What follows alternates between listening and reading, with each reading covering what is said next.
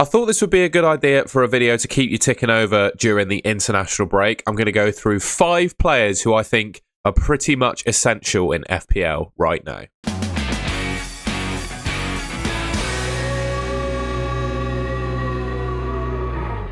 Now, I don't know about you, I'm not an Arsenal fan, but I personally think the Arsenal defence is probably the best club team defence in world football at the moment.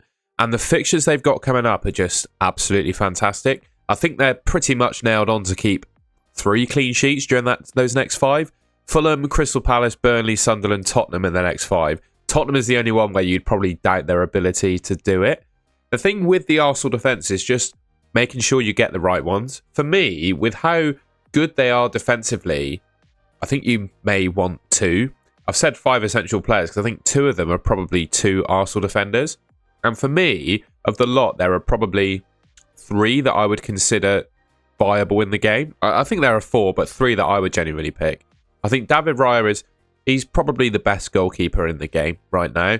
And then you've got Gabriel and probably Timber as the 2 outfield defenders that I'd go for. Timber seems to be getting into some fairly attacking positions, playing at fullback like he is. And I just think, comparing the 2 fullbacks, it seemed to be Arteta's first choice at the moment. Calafiori and Timber. I think Arteta prefers Timber. So, yeah, I think Raya, Gabriel, Timber, 2 of those 3, pretty much essential in FPL right now, given the fixtures they've got. I know a video talking about essential players isn't the most interesting, right? There's going to be no real differential spoken about here. But I think the meta in FPL right now is to pick these 5 players and then build your team around them, right? Then you can go different with the other players who you're picking. But for me, the 5 players I'm going to go through are the best, starting off with 2 Arsenal defenders. For me, it's 2 of Raya, Gabriel and Timber. Next up, I just think this guy is quite possibly the best midfielder in the game right now. Antoine Semenyo has gotten off to an insane start in the Premier League this season. 9 attacking returns from 7 games. And I actually don't think the fixtures he's got coming up are too bad at all. Like Crystal Palace just conceded a couple. Everton, they're looking a little bit leggy with, European football. And then they've got the international break. They've got a lot of internationals in their squad. So a lot are going to be going away. I don't think Crystal Palace... Be surprised if they keep a clean sheet against Bournemouth with how good Bournemouth have been. Then they got Forest, who have obviously been leaking goals under Ange. Man City, Semenyo has scored a brace at Anfield, so there's nothing to suggest he can't score against Man City. Villa, I think it's decent games for him. And yeah, just in general, I think he's probably the best midfielder in the game right now. The thing, in addition to him, and it all depends on whether Kluivert still takes him or not, and whether Kluivert's on the pitch, but he took the last penalty that Bournemouth had as well. So yeah, you've got a player here that's in some ridiculous form. And I don't think it's just form. He's obviously in the form of his life at the moment. But I think just in general, he's a great player. And yeah, Antoine Semenyo is probably the best midfielder in the game. And even at 7.8 million, I think he's pretty much essential in the game right now. Next up is a defender that didn't actually do all that well in Game Week 7, the last game week that we had. But I do think Marcos Senesi at 4.9 million is just... I still think pound for pound the best defender in the game. Bournemouth have kept 3 clean sheets in 7 games, which I don't think is too bad. They have looked, I think, pretty tidy defensively. They've signed some good replacements for Howson and Kirkes. Obviously, Zabani went as well. Senesi and it's Diakite, the other defender, alongside Truffert. I think they're proven to be pretty solid. Yeah, Bournemouth don't look too bad defensively, but it's not just, obviously, Bournemouth's defensive record and the fact he's picked up a couple of assists. The main draw with Senesi is the DEFCON points, right? Against Fulham in Game Week 7 was his only game so far this season where he didn't hit the 10 DEFCON threshold. He is averaging 13 DEFCON per game, which pretty much means, again, apart from Game Week 7, where he got subbed on the 77th minute, he is hitting DEFCON every game. He's basically getting 2 points per game in addition, right, to his normal points. So a clean sheet comes in, you're looking at sort of 8, 9 points, maybe some bonus points as well if he just keeps a clean sheet. And even if he doesn't, Bournemouth don't tend to get thrashed. So I think he's pretty much going to score 4 points per game. And that's a really great score for someone that costs just 4.9 million, yeah. I think Senesi is as close as you can get to differential then. As close as you can get to an essential defender. And finally, I think it's got to be Erling Haaland, hasn't it? He's gotten off to an absolutely magnificent start to this season. The stats I'm showing here, I'm recording this as the Brentford game is going on. He's just scored, so he's now scored 9 goals from 7 games this season. I just think week on week, he's a really good captain shout. And I think that's emphasised by the fact, or helped by the fact at least, that Salah has gotten off to one of his weakest starts to a season we've seen from him. Yeah, I just look at those fixtures. Everton, Villa, I know I've just picked up Bournemouth, Liverpool and Newcastle. I think maybe Liverpool and Newcastle, the tougher ones there. But I still wouldn't back against Haaland to score in those games. He's just probably the best player in the league right now. He's in great form. He actually got off to one of his worst starts. I think the worst start to the Premier League for Man City, even though he scored, I think, 6 goals in his first 5 games. It's ridiculous the amount of goals that he's netted so far. Yeah, he's obviously a great option, probably the best captain every week, and pretty much essential in the game.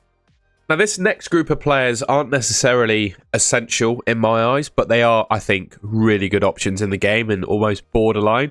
I'm looking at Bukayo Saka at the moment, having taken a penalty in game week 7. I mean, does that confirm him still as the Arsenal penalty taker? Quite possibly.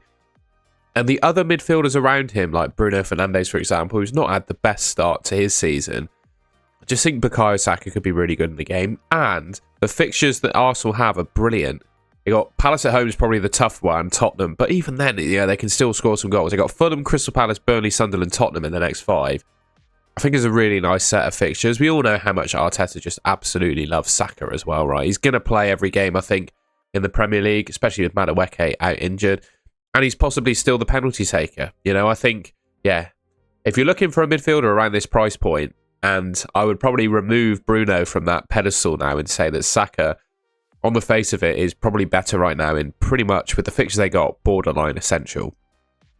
Another midfielder that I really like, he scored a penalty for Everton today, is Iliman Ndiaye. So he's got, I don't know what happened to my voice here, he's got 4 attacking returns from 7 games so far, and he's Everton's penalty taker. And I think that alone at 6.5 million is good value. Right, 4 attacking returns from 7 games, he plays every game, he's the Everton penalty taker.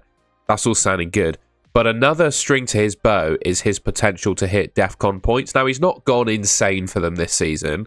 He's hit it twice, but he's averaging 10 per game. And just with the way that he plays, he gets really stuck in with tackles in the opposition half, etc. I think there's going to be other games where he picks up DEFCON. And I'm looking at the fixtures they've got coming up. I actually think that the fixtures he's got coming up are pretty good for picking up DEFCON points. Like Man City, Tottenham and Man United, I think he's got real potential for getting them.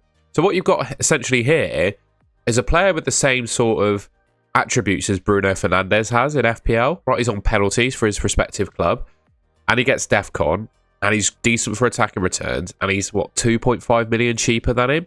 Yeah, I really like Iliman Ndiaye as an option in FPL, and I'd say he's not essential, but borderline. Another borderline essential player, I'd say, is Moises Caicedo. The only thing that would sort of he's obviously off to a great start in terms of attacking returns. The only thing that would put me off is how much he's outperforming his expected goals data, which suggests that the level of attacking returns he's getting so far this season isn't exactly sustainable. But you're not picking Caicedo for just attacking returns. You're picking him because he's pretty much the best, one of the best midfielders in the game for DEFCON. He's been unlucky in his last 2 weeks. He's been 1 off the threshold with 11 against Brighton and Liverpool. But he's averaging 13.7 DEFCON per game, which is just outrageous.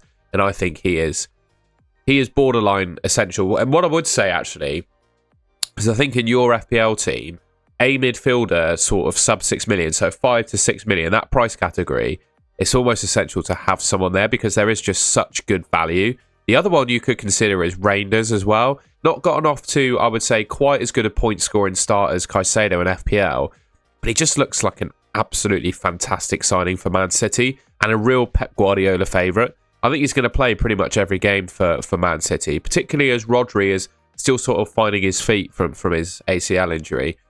3 attacking returns from 6 appearances at the time that I'm recording this video. He hasn't done anything against Brentford yet, but he might do. And I still think, regardless of what happens against Brentford, every time I've seen Man City play, he's had a chance of a goal, a chance of an assist. He's looked really attacking, and he will knock up the odd DEFCON here and there. He's not a DEFCON monster by any stretch of the imagination. But I think, Caicedo or Reinders at that price point, someone at that price point basically is essential, and I think those are the top 2. All right, well, that's the end of the video. I sort of dragged Reinders off screen then, but I thought it was a really good monologue about him, so I kept it in. By the way, all of the stats and data you see in the video there comes from Fantasy Football Hub. If you want to sign up to Fantasy Football Hub, there's a link top of the description below. Please check it out. And yeah, I think that's everything. Thank you very much for watching. Hopefully that's a suitable bit of content to keep you entertained during the international break. And I'll see you in the next one.